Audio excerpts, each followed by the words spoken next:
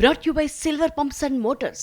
Top quality और consistent performance के लिए सिर्फ सिल्वर पंप्स नाम याद रखना। వికసిత్ భారత్ లక్ష్యంగా కేంద్ర రాష్ట్ర ప్రభుత్వాలు ముందుకెళ్లాలని నీతి ఆయోగ్ సమావేశంలో ప్రధాని మోదీ పిలుపునిచ్చారు. పన్నుల్లో 50% వాటాను రాష్ట్రాలకు ఇవ్వాలన్నారు తమిళనాడు సీఎం స్టాలిన్. భాక్రానంగల్ ప్రాజెక్టుపై తమకు కూడా హక్కులున్నాయంటున్నారు పంజాబ్ సీఎం భగవంత్ మాన్.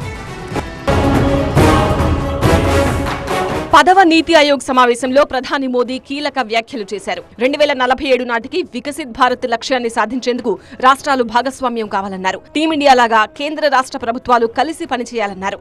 నీతి ఆయోగ్ సమావేశానికి రాష్ట్రాల ముఖ్యమంత్రులు, కేంద్రపాలిత ప్రాంతాల లెఫ్టినెంట్ గవర్నర్లు, పలువురు కేంద్ర మంత్రులు హాజరయ్యారు. కొత్త నగరాల నిర్మాణంపై దృష్టి సారించాల్సిన అవసరం ఉందన్నారు మోదీ. అభివృద్ధిలో మహిళలకు భాగస్వామ్యం కల్పించాలన్నారు.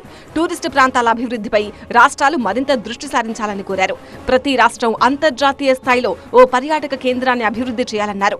రాష్ట్రాలు అభివృద్ధి సాధించినప్పుడే దేశాభివృద్ధి సాధ్యమన్నారు. 36 రాష్ట్రాలు, కేంద్రపాలిత ప్రాంతాల సమావేశానికి 31 రాష్ట్రాల సీఎంలు హాజరయ్యారు. నా బిజినెస్ కి జీఎస్టీ నోటీస్ వచ్చింది, ఇప్పుడు ఏం చేయాలో అర్థం కావట్లేదు. ఇప్పుడే ఒక జీఎస్టీ ఎక్స్పర్ట్ తో మాట్లాడు. ఇప్పటికిప్పుడు జీఎస్టీ ఎక్స్పర్ట్ అంటే ఎక్కడ దొరుకుతారు? బాస్ వాలా be the boss.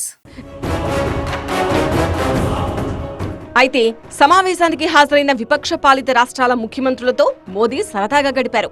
Punjab CM Bhagwant Mann, Jharkhand CM Hemant Soren, Telangana CM Revanth Reddy, AP CM Chandrababu, Tamil Nadu CM స్టాలిన్తో మోదీ ప్రత్యేకంగా భేటీ అయ్యారు.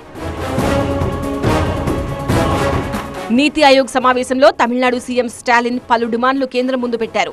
పన్నుల్లో 50% వాటాలు రాష్ట్రాలకు ఇవ్వాలన్నారు. తమిళనాడుకు పెండింగ్లో ఉన్న 2200 కోట్ల రూపాయల సమగ్ర శిక్షణ అభియాన్ నిధులను విడుదల చేయాలన్నారు. ఫెడరల్ స్ఫూర్తిని కేంద్రం కాపాడాలన్నారు. క్లీన్ గంగా ప్రాజెక్టు లాగా కావేరీ, వైగై నదుల కోసం నిధులు విడుదల చేయాలన్నారు. పంజాబ్ సీఎం భగవంత్ మాన్ నీతి ఆయోగ్ సమావేశంలో హర్యానాతో జల వివాదాన్ని ప్రస్తావించారు. భాక్రానంగల్ ప్రాజెక్టుపై తమ రాష్ట్రానికి కూడా హక్కులు ఉన్నాయన్నారు. పంజాబ్ పోలీసుల నుంచి సిఐఎస్ఎఫ్ బలగాలకు డ్యాం భద్రతను అప్పగించడంపై అభ్యంతరం వ్యక్తం చేశారు. భారత్పై ట్రంప్ విధించిన సుంకాలతో ఎలాంటి ప్రభావం ఉండదని నీతి ఆయోగ్ సమావేశం అభిప్రాయపడింది. స్కిల్ డెవలప్మెంట్పై దృష్టి సారించాలని ప్రధాని మోదీ సూచించారు.